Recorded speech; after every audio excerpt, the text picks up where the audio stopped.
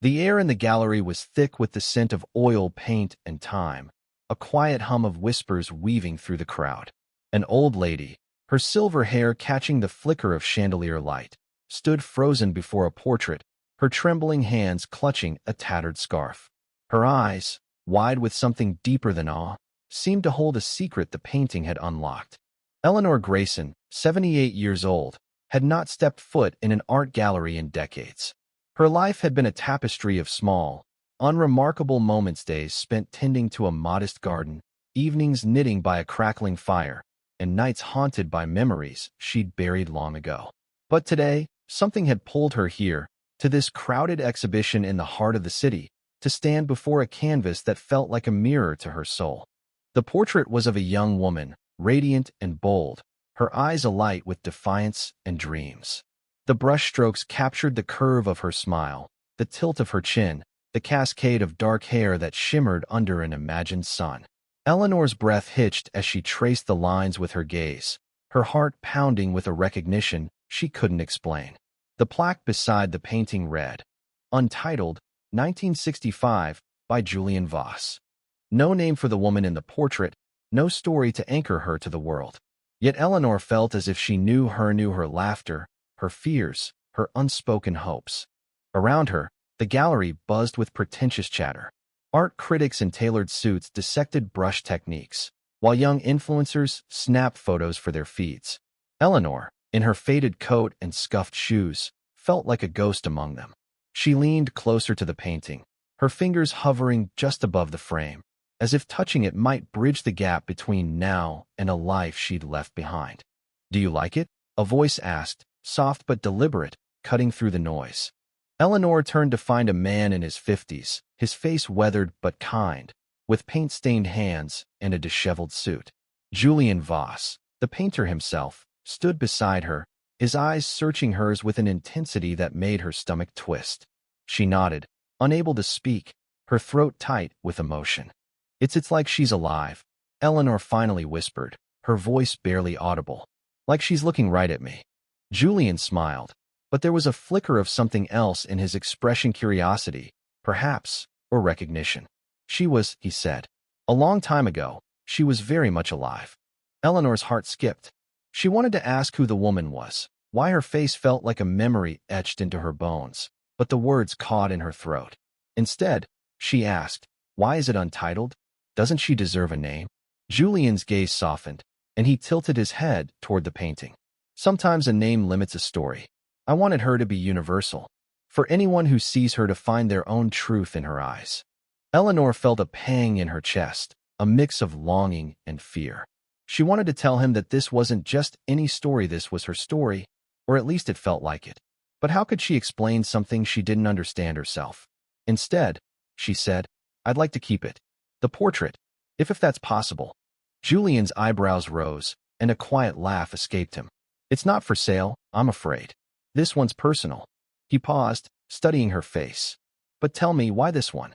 Out of all the paintings here, why her?" Eleanor's lips parted, but no answer came. She didn't know how to say that the woman in the portrait felt like a piece of her, a fragment of a life she'd forgotten or perhaps never lived. Before she could respond, a young woman approached, her heels clicking sharply against the polished floor.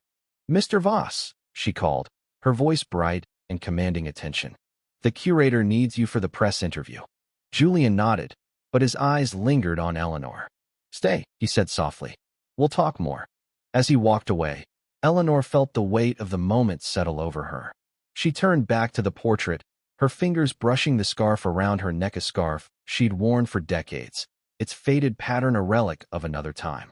She didn't know why she'd come here today, but she knew she couldn't leave without answers. The gallery grew quieter as the evening wore on, the crowd thinning to a few stragglers. Eleanor remained, rooted to the spot, her eyes locked on the painting. She didn't notice the young woman from earlier watching her from across the room, her expression not one of annoyance, but of intrigue. The woman, Clara, was Julian's assistant, and she'd seen countless visitors fawn over his work. But something about Eleanor, her stillness, her quiet intensity felt different. Clara approached, her steps hesitant. "You've been standing here a long time," she said, her tone gentle. "Is there something special about this one?" Eleanor blinked, startled, then offered a small smile. It's like seeing someone I used to know.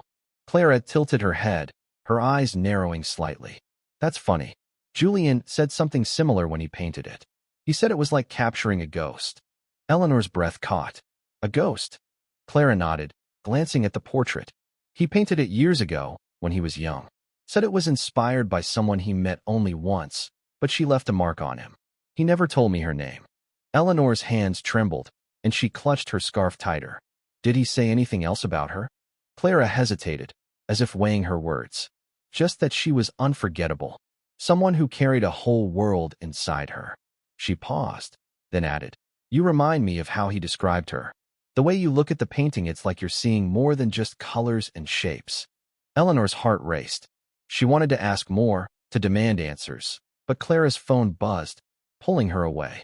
Alone again, Eleanor felt the weight of the portrait's gaze, as if the woman in the painting was urging her to remember. As the gallery lights dimmed, signaling closing time, Eleanor made a decision. She would find Julian again. She would ask him about the woman in the portrait, about the story behind those defiant eyes. Because somewhere deep inside, Eleanor knew this wasn't just a painting, it was a key to a truth she'd spent a lifetime avoiding. The next morning, Eleanor returned to the gallery before it opened, her heart a tangled knot of hope and dread. The city was still waking, its streets cloaked in a misty dawn, but Eleanor moved with purpose, her steps quicker than they'd been in years. She clutched a small, faded photograph in her pocket, its edges worn from decades of quiet reverence. The gallery doors were locked, but a janitor, taking pity on the old woman shivering in her thin coat, let her in. Just don't touch anything, he muttered, waving her toward the main hall. Eleanor nodded, her eyes already searching for the portrait. It was still there, bathed in the soft glow of morning light filtering through high windows. The woman in the painting seemed to greet her, her smile both familiar and elusive, like a melody half remembered. Eleanor sat on a bench across from the portrait, her fingers tracing the photograph in her pocket. It was of a young woman herself, decades ago, laughing in a sunlit park, her hair dark and wild, her eyes bright with possibility. She hadn't looked at it in years, but last night, after leaving the gallery, she dug it out from an old box, her hands trembling as she realized how much the portrait resembled her younger self. Could it be? Could Julian Voss have painted her? Her thoughts were interrupted by footsteps. Julian appeared, carrying a sketchbook, his face lighting up when he saw her. You came back, he said, his voice warm but tinged with surprise. I hoped you would. Eleanor stood, her knees unsteady. I need to know, she said, her voice firm despite the tremor in her hands. Who is she? The woman in the portrait. Julian's smile faded, replaced by a look of quiet intensity. He gestured for her to sit, and they settled on the bench, the portrait looming over them like a silent witness. Her name was never meant to be known, he began. I met her in 1965, at a festival in a small town. She was radiant, full of fire and dreams. We talked for hours, but she disappeared before I could ask her name. I painted her from memory, trying to capture what she made me feel. Eleanor's heart pounded. 1965, a festival. She remembered one, a blur of music and laughter, a night when she'd felt truly alive. She'd been 18, bold and unafraid, before life had worn her down with its quiet cruelties. What did she look like? She asked, her voice barely above a whisper. Julian's eyes softened, as if seeing the past. Dark hair, like a river at night. Eyes that held 1,000 stories.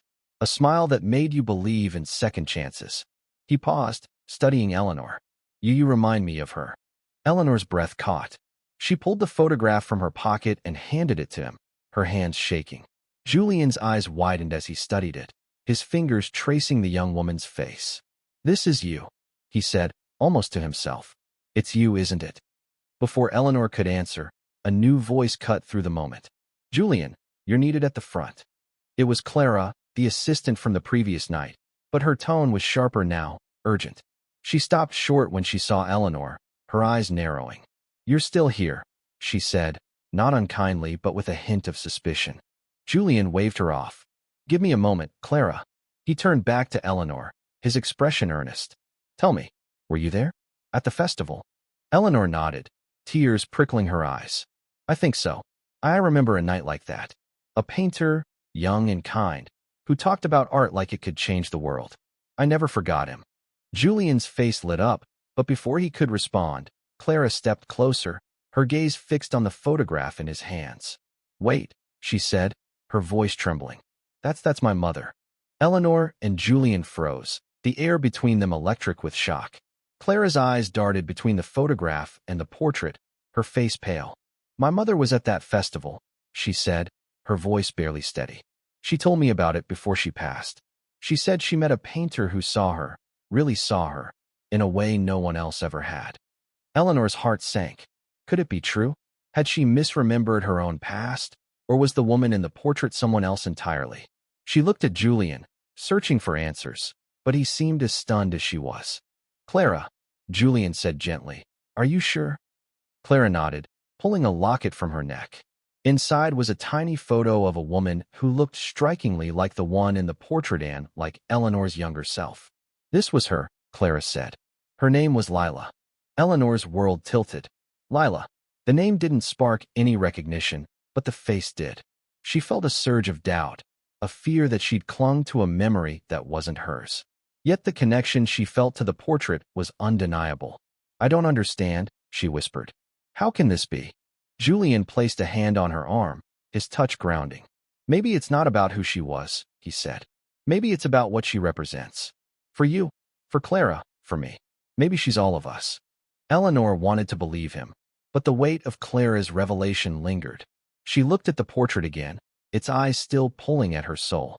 She didn't know if she was the woman Julian had painted, or if Lila was, or if it even mattered. What mattered was the feeling, the sense that this painting had brought her back to herself, to a version of her she'd thought was lost forever. As the gallery began to fill with morning visitors, Eleanor knew she couldn't stay. She needed time to process, to untangle the threads of memory and truth. I'll come back, she promised Julian, her voice steady now. I need to know more. Julian nodded, his eyes full of unspoken questions. I'll be here, he said. Clara watched them, her expression unreadable, but she offered Eleanor a small, tentative smile. Maybe we're all connected to her, she said softly. In our own way. Eleanor left the gallery, the photograph still clutched in her hand, her heart heavy with questions but lighter with hope. The portrait had opened a door to her past, and she wasn't ready to close it yet. Eleanor spent the next few days in a haze, her mind caught between the present and 1965. She sat in her small apartment, surrounded by faded photographs and yellowed letters, searching for proof that she was the woman in Julian's portrait. The photograph she'd shown him was real, but Clara's words, her claim that the woman was her mother, Lila gnawed at her certainty. Could two women, so alike in youth, have crossed paths with the same painter at the same festival? She returned to the gallery on a rainy afternoon, the city draped in gray. The portrait was still there, its pull stronger than ever. Eleanor stood before it, her scarf damp from the drizzle, her eyes tracing the familiar lines of the woman's face. She didn't notice Julian approaching until he spoke. You're back, he said, his voice a quiet anchor. I've been thinking about you. Eleanor turned, her heart lifting at his presence. I can't stop thinking about her, she admitted, nodding toward the painting. I need to know if it's me, or if it's Lila. Julian's expression softened, but there was a new weight in his eyes. I've been thinking about that too, he said. After you left, I went through my old sketches from that year. I found something. He led her to a small office behind the gallery, where a worn sketchbook lay open on a desk. The pages were filled with pencil drawing studies of faces, hands, and fleeting moments. One sketch caught Eleanor's breath, a rough outline of a young woman, her hair loose, her eyes bright with laughter. The resemblance to the portrait was unmistakable, but so was its resemblance to her own photograph and to Clara's locket. This is her, Julian said, tapping the sketch. The woman I met. But I don't know her name. I never did. Eleanor's fingers brushed the page, her heart aching. It could be me, she whispered. But it could be Lila too. Julian nodded, his face etched with frustration. I wish I could give you answers. But that night, it was a blur of music and color. She was there, and then she was gone. All I had was this image in my mind. Before Eleanor could respond, the door opened, and Clara stepped in, her face pale. I heard you talking, she said, her voice tight. I need to show you something. She pulled a small, leather-bound journal from her bag and handed it to Eleanor. This was my mother's. I found it last night. She wrote about that festival in 1965. Eleanor's hands trembled as she opened the journal. The pages were filled with Lila's neat, slanting handwriting, describing a night of music, dancing, and a chance encounter with a young painter. He saw me, Lila had written. Not just my face, but my heart. He said he'd paint me one day, and I believed him. Eleanor's eyes filled with tears. The words could have been her own. She remembered a night like that, a painter like that. But as she read on, a detail stopped her cold. Lila had written about a red scarf, one she'd worn to the festival, one she'd left behind in her haste to leave. Eleanor's hand flew to her own scarf, the faded red fabric she'd worn for decades. She'd always thought it was hers, a keepsake from her youth. But what if it wasn't? What if it had belonged to Lila, left behind that night, picked up by a young Eleanor in a moment of confusion? I don't understand, Eleanor said, her voice breaking. This scarf, I've had it since I was young. I thought it was mine. Clara's eyes widened, and she reached out, touching the scarf gently. My mother mentioned losing a red scarf that night. She was heartbroken over it, said it was a gift from her grandmother. Julian looked between them, his expression a mix of awe and sorrow. Maybe you were both there, he said. Maybe you both met me, and I blended you into one memory. One portrait. Eleanor's mind reeled. Two women, two stories, tangled together by a single night and a single painting. She wanted to believe she was the woman in the portrait, but Lila's journal, her scarf, her daughter's certainty, it all pointed to another truth. I need to know, Eleanor said, her voice firm despite the tears. I need to know who I am in this story. Clara reached for her hand, her touch warm and steady. Maybe it's not about who you were then, she said. Maybe it's about who you are now. This painting brought us together. That means something. Eleanor looked at Clara, then at Julian, then at the portrait. The woman in the painting seemed to smile at her, not with answers, but with understanding. For the first time, Eleanor felt a flicker of peace. Maybe the truth wasn't in the details, but in the connection, the way this painting had woven their lives together across decades. As they left the office, Julian promised to dig deeper into his archives, to find any clue that might untangle the mystery. Clara offered to share more of her mother's journals, hoping they might hold the key. And Eleanor, clutching her scarf, felt a spark of purpose she hadn't known in years. She wasn't just an old lady in a gallery. She was part of a story, one that was still being written. The gallery became Eleanor's refuge over the next week, a place where time seemed to bend, blending past and present. Each morning, she arrived early, sitting before the portrait, letting its gaze anchor her as she sifted through memories. Julian and Clara joined her when they could, piecing together fragments of 1965, but the truth remained elusive, a puzzle with missing pieces. One afternoon, as rain tapped against the gallery windows, Julian arrived with a small wooden box. I found this in storage, he said, his voice tinged with excitement. It's from that year. I haven't opened it in decades. Eleanor and Clara watched as he lifted the lid, revealing a collection of sketches, letters, and faded photographs. Among them was a Polaroid, its colors muted but clear, two young women, arm in arm, laughing under festival lights. One wore a red scarf, the other a bright smile that matched the portrait. Eleanor's breath caught. The woman with the scarf looked like Lila, but the other, it was her. It's us, Eleanor whispered, her fingers trembling as she held the photo. We were both there. Clara leaned closer, her eyes wide. My mother never mentioned a friend, she said. But that's her. And that's you. Julian studied the photo, his face a mix of wonder and regret. I remember now, he said. There were two of you. You were inseparable that night, full of life, talking about dreams and futures. I was so taken by you both. I must have merged you into one image in my mind. Eleanor's heart swelled with a bittersweet ache. She remembered Lila now, a fleeting friend from a single night, a girl who'd shared her laughter and her scarf before disappearing into the crowd. They'd met at the festival, bonded over music and dreams, and parted without exchanging names. The scarf, left behind in the chaos, had become Eleanor's keepsake, a tether to a moment she'd cherished. Why didn't I remember her? Eleanor asked, tears streaming down her face. How could I forget someone so important? Clara took her hand, her own eyes glistening. You didn't forget her. You kept her scarf. You kept her spirit. Julian nodded, his voice soft. This portrait, it's both of you. Your fire, your dreams, your hearts. I painted what you made me feel that night, and it's brought you back together. Eleanor looked at the portrait, seeing it anew. It wasn't just her or Lily, it was their shared moment, their shared youth, captured in color and light. The mystery wasn't about who the woman was, but about what she represented. The beauty of fleeting connections, the way a single night could ripple through a lifetime. I wanted to keep the portrait, Eleanor said, her voice steady now. But I don't need it anymore. It's already a part of me. Clara squeezed her hand. And a part of me. It's my mother's legacy, too. Julian smiled, his eyes bright with emotion. Then it's done what it was meant to do. It's brought you both here, to this moment. As they stood together, the gallery quiet around them, Eleanor felt a weight lift. She wasn't just an old lady searching for her past. She was a woman who'd lived, loved, and connected, even if only for a night. The portrait had given her back a piece of herself and a new friend in Clara, a daughter of the woman she'd once known. They left the gallery together, promising to meet again, to share stories of Lila and Eleanor's youth.